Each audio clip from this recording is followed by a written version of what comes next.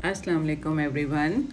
Welcome to Womania ATF with a new vlog and I hope you all are very good. I am also fine alhamdulillah.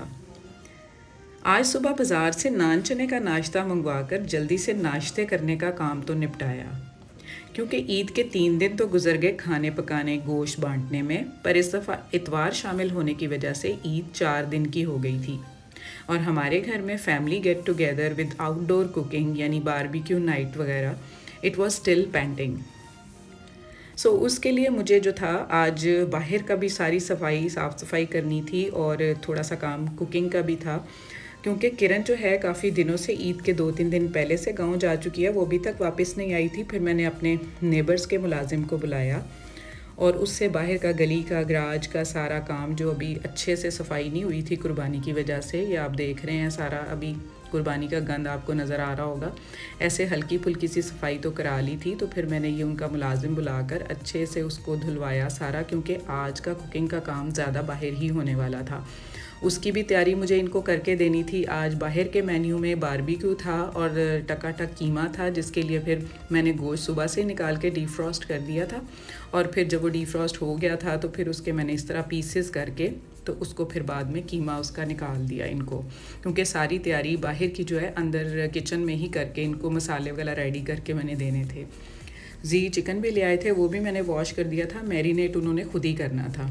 प्याज टमाटर लहसुन अदरक वगैरह वो तो आप मेरे पहले ईद से पहले के व्लॉग्स में देख चुके हैं कि वो बनाकर मैं फ्रीज़ कर चुकी थी ताकि मेरा आज का काम जो है वो थोड़ा इजी हो जाए। तो रायता भी मैंने फिर बना लिया। इस दौरान क्यूब्स आपको पता है मैंने बना लिए हुए थे मिंट सॉस के, तो उसको सिंपली मैंने निकाला और फिर वो भी बना लिया। प्याज टमाटर वगैरह भी निकाल के तो वो भी उनको रेडी कर दिए। ये सॉसेस वगैरह भी रेडी करनी थी, इनको भी मैंने रीफिलिंग करनी थी, वो भी कर ली। तो अंदर का जो काम है सारा वो मैंने टाइम से ही सुबह नाश्ते के बाद फारिग होके तो ये सारे काम मैंने इनको रेडी कर दिए, क्योंकि बाहर गिराज का काम फिर ये जाने और इनका काम जाने मेरी जो बच्चों की बुआ है उनके बच्चे आएंगे तो वो सारे मिलकर रेहान और हरम के साथ और जी के साथ मिलकर वो कर लेंगे। तो मेरी कुकिंग में ये पुलाव भी शामिल था, तो वो भी मैंने फिर सुबह ही जल्दी जो है वो चावल भिगो दिए थे। मटन पुलाव मैंने बनाना था, वो भी मैंने अपना काम तो तकरीबन 6 बजे तक सारा रेडी कर दिया था। मटन पुलाव भी बना लिया। उसके अलावा मेरे हाथ के सबको गुड़ के चावल बड़े पसंद होते हैं, तो वो भी मैंने थोड़े से साथ बना लिए थे। तो मैंने तो अपनी तरफ से जो अपना काम है इनको रेडी कर दिया था। तो सीखें वगैरह मैं पहले से इनको साफ़ वगैरह करके दे चुकी हूँ ऑयलिंग करके। बाकी जो बाहर का सामान जो लेके जाना था बाहर, वो फिर बच्चे आ जाएंगे तो इंशाल्लाह वो फिर इन सब के साथ मिलकर वो बाहर का सारा अरेंजमेंट कर लेंगे। तो मेहमान आने तक मैंने अपना काम सारा निपटा लिया। मैं तो शावर लेकर रेडी हो गई, तो फिर ये बाजी लोग आ जाती हैं। तीनों नंदे इनवाइटेड थी। बड़ी बाजी तबीयत ख़राब होने की वजह से नहीं आई, उनकी बेटी आ गई थी। ये दरमियान वाली बाजी हैं और पीछे इनके ये बच्चों की छोटी बुआ है और उनके पीछे ये दरमियान वाली नंद की बेटी हैं, ये बाहर से आई हुई हैं, जा रही हैं थोड़े दिनों में। ये बाजी की बहू हैं, ये छोटी बाजी की बहू हैं और ये उनके बेटे हैं। तो ये मेरे इन लॉज की फैमिली है अल्हम्दुलिल्लाह। आज सारे इकट्ठे हुए हैं, ये लड़के सब मिलकर अब ये बाहर का सारा इंतज़ाम देख लेंगे। उनके आने तक मैंने सारा जो है काम अपनी तरफ से कर दिया हुआ था।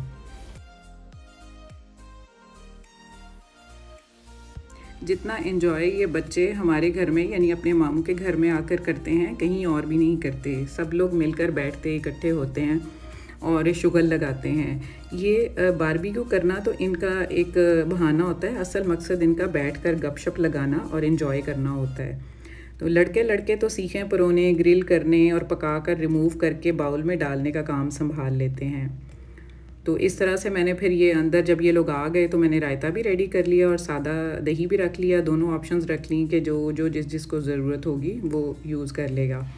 तो इस तरह से फिर जी ने भी काफ़ी तकरीबन 2 घंटे पहले मैरिनेशन कर दी थी। चिकन इनको मैंने साफ़ करके ऑलरेडी दे दिया था। मसाले जी ने खुद लगाए हैं, जो कि सबको बहुत पसंद आ रहा होता है। जी मसाले लगाने में बहुत एक्सपर्ट हैं। तो इस तरह से बच्चों का काम फिर जैसे मैंने आपको बताया है कि वो फिर ये काम संभाल लेते हैं, फिर मामू को परे करते हैं और ये सारे लड़के खुद बैठ जाते हैं। कोई सीखें परो रहा होता है और रेहान जो है यहाँ पर ग्रिलिंग कर रहा है और उनकी दूसरी फूफो का बेटा जो है वो रिमूव करके इनको बाउल में डालता जा रहा है ताकि एक ही दफ़ा में फिर ये जब सर्व करने हों तो हों। और जहाँ तक कीमे का ताल्लुक़ है, अब कीमा भी बनाना था, तो वैसे तो जी ही कीमा बनाते हैं, सबको उनके ही हाथ का पसंद आ रहा होता है, लेकिन आज एकदम अचानक उनके दोस्त आ गए इसी टाइम पर, तो फिर वो तो कीमा नहीं बना सके। तो आज कीमा बनाने की ज़िम्मेदारी मेरी छोटी नंद के हस्बैंड, मेरे नंदोई हैं, वो बहुत अच्छे कुक हैं, बहुत ज़बरदस्त खाना बनाते हैं। तो फिर कीमा जो है उनके पकाने के उनके हिस्से में आया, जो कि उन्होंने बड़े ही ज़बरदस्त तरीके से बनाया, स्पेशली टकाटक जो जिस तरह से वो बनाते हैं। कढ़ाई मैंने उनको निकाल कर दे दी थी और उन्होंने फिर बड़े ही अच्छे से मसाले जो है उसमें डालकर और उसको बड़ा ही ज़बरदस्त करके उसको पकाया और उसको एंजॉय भी किया। और ये नान इस तरह जो हैं, ये ट्रेंड है यहाँ पर लाहौर के स्ट्रीट फूड का कि जब कीमा बनता है तो उसके ऊपर नान लगते जाते हैं, तो उनको फिर उस सोक करके नान को तो फिर सर्व किया जाता है। ये लाहौर की स्पेशल डिश है, इस तरह से नान को सर्व करते हैं। तो भाईजान ने यहाँ पर कीमा भी रेडी कर लिया है और कीमा अब रेडी होने के बाद अब नान साथ साथ लगाते जा रहे हैं और पूछते जा रहे हैं कि किसने सादा नान लेना है और किसने ये सोक किया हुआ नान लेना है। तो उस नान को ये अलग से रख रहे हैं एक जगह पर। तो इस तरह से जिस जिसकी चॉइस होगी वो उस तरह से वो सादा नान भी ले लेगा और ये सोक किया हुआ नान भी ले लेगा। तो इस तरह से अब ये सारा काम हो गया डन। अब आ जाती है सर्विंग की बारी। तो सर्विंग भी इसी तरह लड़कों ने मिला के ही बस इस तरह से जो चावल वगैरह थे वो बच्चियां जो हैं वो मिलकर अंदर से ले आई थी। मैं तो फिर बैठ गई थी बाजियों के पास। तो फिर बच्चियों ने और ये लड़कों ने मिलकर सारा सिटिंग का अरेंजमेंट भी और ये खाने शाने का भी हर चीज़ का उन्होंने बड़े अच्छे से तमाम बच्चों ने कर दिया और हम सब ने फिर मिलकर बैठकर खाया। अब यहाँ पर ये सारी सीखें जो हैं ऑलमोस्ट डन हो गई हैं।